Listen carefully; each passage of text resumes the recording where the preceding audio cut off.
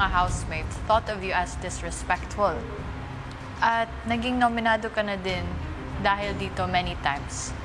Bakit mo pa rin sa tingin na deserve mo maging big winner?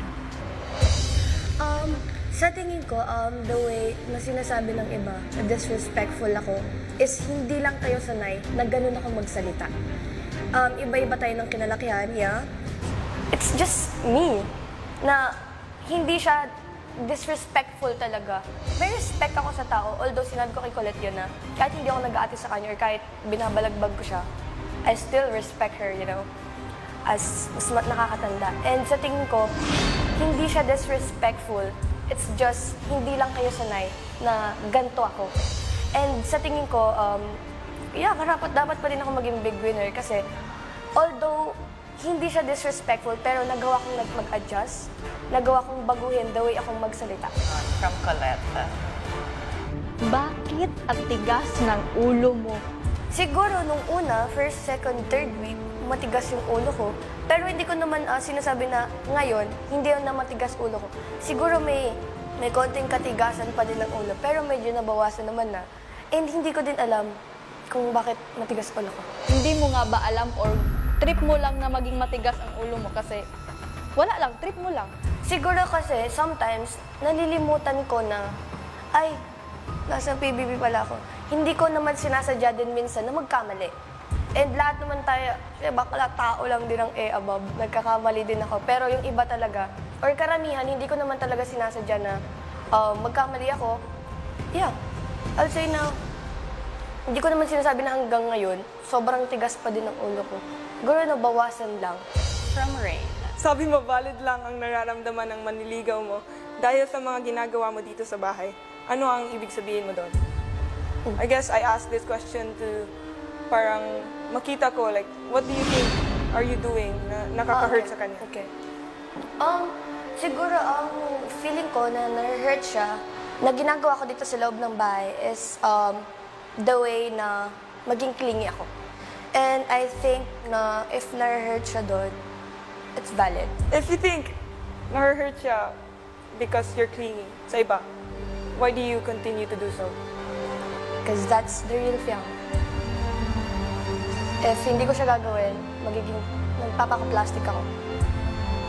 Thank you, Fiang. Round 1 done. Final lady for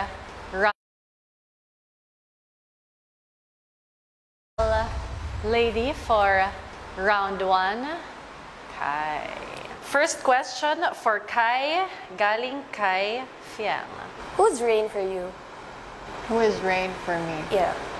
That's a simple question. Rain is a friend, but when I say it like that, it sounds shallow. But it's more than that. So, yun lang. Pagkakaibigan or spot? Alam naman, if talagang kaibigan kita, alam mo naman kung bakit nandito ako. Alam ko din kung bakit nandito ka. So, obviously, I would pick the spot. I value our friendship, pero pumunta ako dito ng mag-isa. And alam ko din, pumunta ka dito ng mag-isa. Yung spot is just a one-time thing. Friendship can last as long as you want. Last question. As each other's best friends dito sa house ni Kuya, when I got the comments na I was relying or dependent on you, what did you honestly think? Did you agree or disagree? Sabi ko din sa sarili ko na, ganun ba? Like, did it look like that? Kasi honestly, parang wala lang talaga. Maybe because I'm Kai. Pero, when most of you guys said it, I was shocked.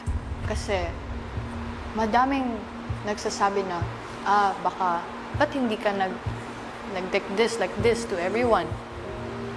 Nagre-rely ka lang kay Kai, something like that. And, of course, I felt guilty kasi ako yung parang na-mention. And I super know na hindi talaga ganun si Rain. Kaya, ayun, Rain, I disagree. And you know that I do. Round 2, Colette, take the hot seat. Rain, your turn.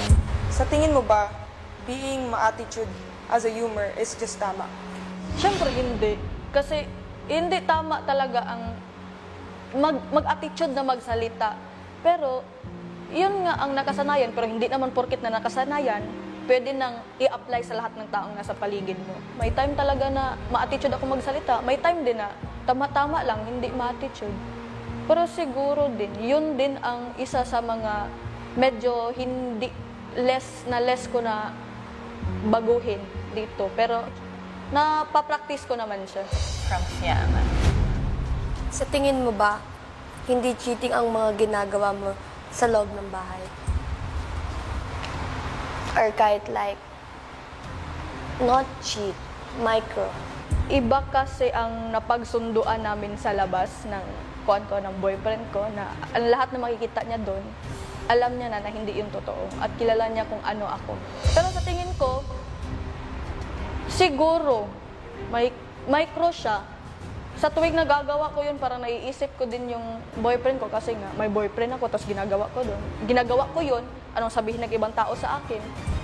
Siguro parang na ano na lang din ako, nag-go with the flow na lang ako kasi nga parang parang effective na parang i-joke ko si Dylan na ganun. So may time din na alam ko na parang iba na yung naiisip niya kasi nga hindi ko din alam kung ano talaga tong totoong naiisip niya sa labas kasi nga hindi kami nagkakausap. Pero ang one thing lang talaga na ma-sure ko sa sarili ko, alam niya kung ano ako at ano yung mga ginagawa ko kasi nakikita niya naman ako. Siguro may time siguro na nagigilty ako kasi nga parang over the sobra na ba? Ano ba yung mga bagay na nagagawa mo? Siguro nung nakikipagbiruan ako kay Dylan na parang ina-actionan niya ako na tinitignan, ginaganon ko. So parang ako din pa, yung parang pakilig-kilig ko no? Pakilig-kilig ko no ba? Pero nung time na yon, kilig kuno or kilig? Sa akin, Ate Bianca, kilig kuno lang talaga siya. Kasi pwede kong nang sabihin kasi andito na ako. Tapatan na to talaga. Minsan, nawiwirduhan talaga ako kay Dylan pag, totoo naman. Nawiwirduhan ko talaga ako pag nakaganon siya sa akin. Paano kung nasaktan si boyfriend sa lahat ng yun? I think, Ate Bianca, kung ganun talaga na nasaktan ko po talaga siya, alam ko po na pipiliin niya po yung sarili niya po kaysa sa akin. So, parang naging iba po yung dating sa kanya. Talagang iba naman talaga. Kung hindi naman natural sa babae na pag may boyfriend, ganun ang gawin. Anong mas importante sa'yo? Pangarap kesa sa pinagsamahan? So, sa dalawang yan, ang pipiliin ko, syempre ang pangarap ko. Kasi gaya nga ng sabi mo, pumasok tayo dito ng tayo lang mag-isa. Kasi pumunta ako dito para sa Big Four, sa pangarap. Susunod! Sino sa tingin mo ang pinaka-hindi